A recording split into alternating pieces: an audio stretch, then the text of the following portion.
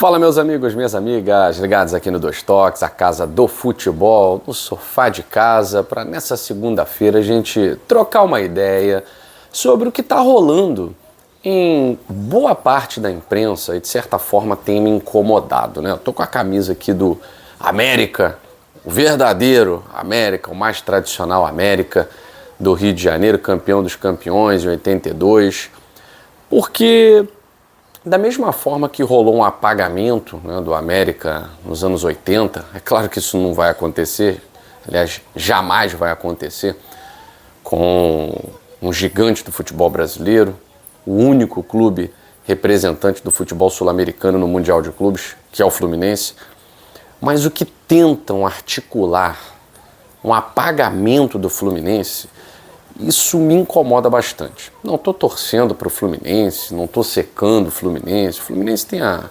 história dele, tem a missão dele diante do Chelsea. Como apreciador do futebol, quero assistir. Assim como o PSG e Bayern, nem sempre a gente tem que torcer para um, né? A gente pode apreciar o espetáculo. Fluminense e Chelsea é um jogo para se apreciar. Eu não tenho por que fazer média com o torcedor do Fluminense para dizer que não, o Brasil todo é tricolor, tá, porque não é. Isso aí faz parte da cultura, principalmente no Rio de Janeiro. Eu acho que durante boa parte da Copa do Mundo, eu me surpreendi com alguns torcedores do Rio de Janeiro torcendo mesmo contra os europeus e quase que instintivamente a favor dos sul-americanos, Boca Juniors, River Plate, né? Botafogo, Palmeiras, Fluminense, Flamengo. Mas chega um momento em que, obviamente, você ou começa a secar, faz parte da cultura do futebol brasileiro, ou assume a posição de espectador, né? E muita gente está torcendo. Eu vejo aqui nos recados, né, torcedores de vários clubes dizendo: Guilherme, dessa vez eu tô com o Fluminense, tô torcendo pro tricolor, tá, para calar aí a mídia, etc e tal. E aí às vezes a gente pensa que é um discurso meio voltado para o nosso umbigo, né? Mas o que eu tô vendo, aliás, eu vi uma postagem, e não foi nem na maldade, não, do Arnaldo Ribeiro, jornalista do Grupo UOL, colocando lá os 4 finalistas, né, os 4 semifinalistas, Real Madrid, Paris Saint-Germain, Chelsea e o Fluminense, e a referência ao Fluminense era o intruso Fluminense. Depois ele até parabenizava o Fluminense, parabéns tricolor e tal, mas antes vem esse termo, né, o intruso Fluminense. E não é a primeira vez que eu vejo em boa parte da imprensa a menção feita ao Fluminense como se o Fluminense estivesse num lugar que é de outro clube. Um Flamengo, um Palmeiras, que não era para o Fluminense estar ali. E isso, de certa forma, é uma mistura de bairrismo com clubismo e com certa ignorância da história do Fluminense no cenário do futebol nacional, internacional também. É um dos clubes mais antigos do futebol brasileiro. Então, colocar o Fluminense como um intruso, a gente precisa analisar. Quem são os 4 semifinalistas? Vamos lá. Eu estou falando de um Real Madrid, e o Real Madrid ele é o maior time do século XX, eleito pela FIFA, né? 3 brasileiros estão nessa eleição da FIFA de clubes do século, Santos, Flamengo e Botafogo, e o Real Madrid é o primeiro.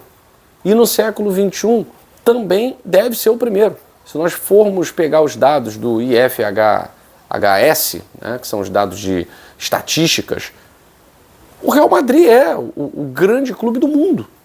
Então o Real Madrid, óbvio que ele está no lugar certo. Quando a gente fala em semifinal de uma Copa do Mundo, a gente vai pensar no Real Madrid, né? O Real Madrid está lá? Bom, se o Real Madrid está, então tá tudo certo. Agora, se nós pararmos para pensar em Paris Saint-Germain e Chelsea, o Paris Saint-Germain, num recorte muito contemporâneo, é que ele se transformou em uma potência do futebol europeu, porque até ano passado era o amarelão.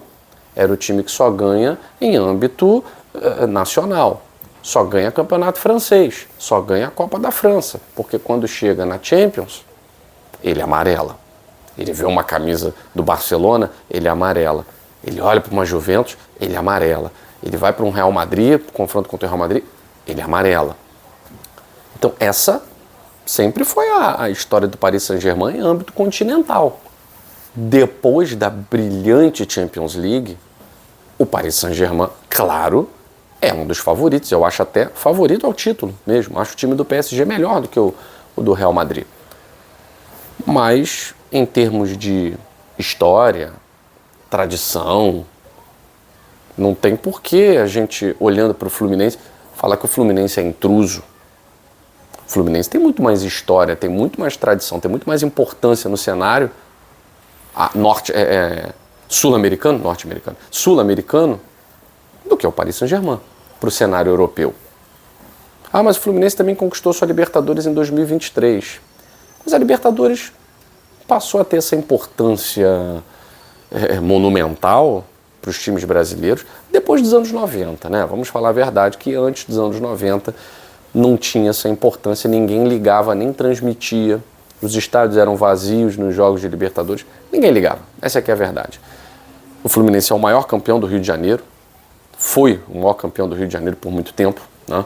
Hoje é o Flamengo, mas o Fluminense sustentou ser o maior campeão carioca durante, sei lá, quase 100 anos. E o Flamengo, há algum tempo, há uma década, igualou e ultrapassou o Fluminense. O Fluminense é tetracampeão brasileiro, o Fluminense sustenta aí um título de âmbito intercontinental, e eu sempre defendo isso, né? Mas o Flamengo ganhou de um jogo único. Mas o Botafogo coloca no seu site que é tricampeão. Mas o Palmeiras sustenta 51. Quem sabe da sua história é o próprio clube.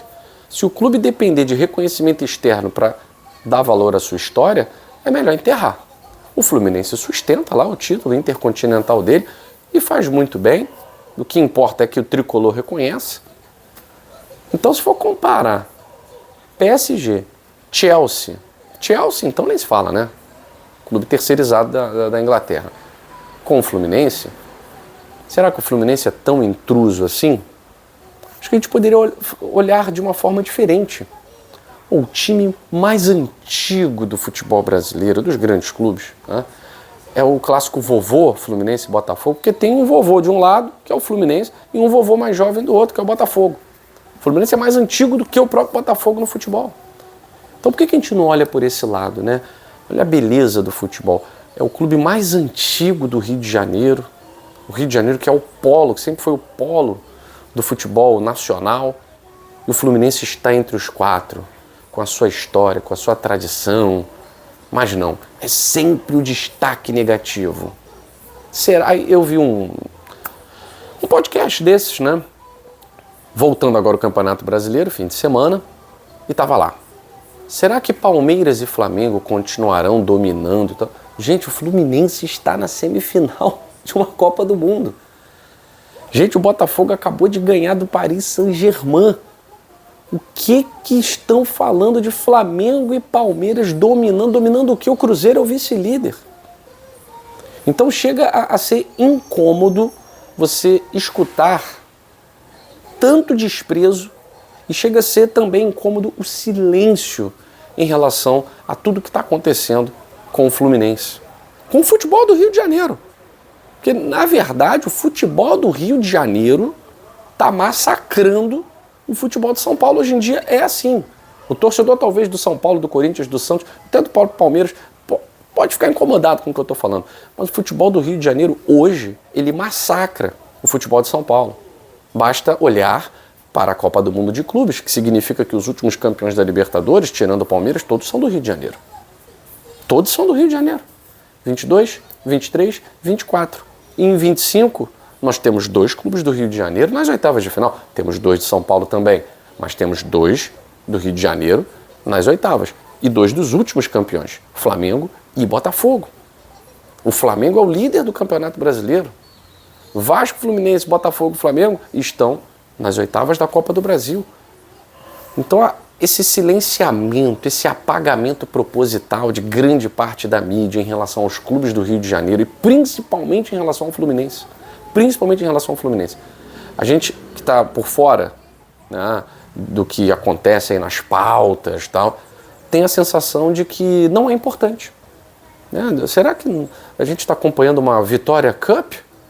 Porque não é possível. Antes a Copa do Mundo de Clubes era um assunto diário. Agora não é mais. Até Mickey está ganhando relevância.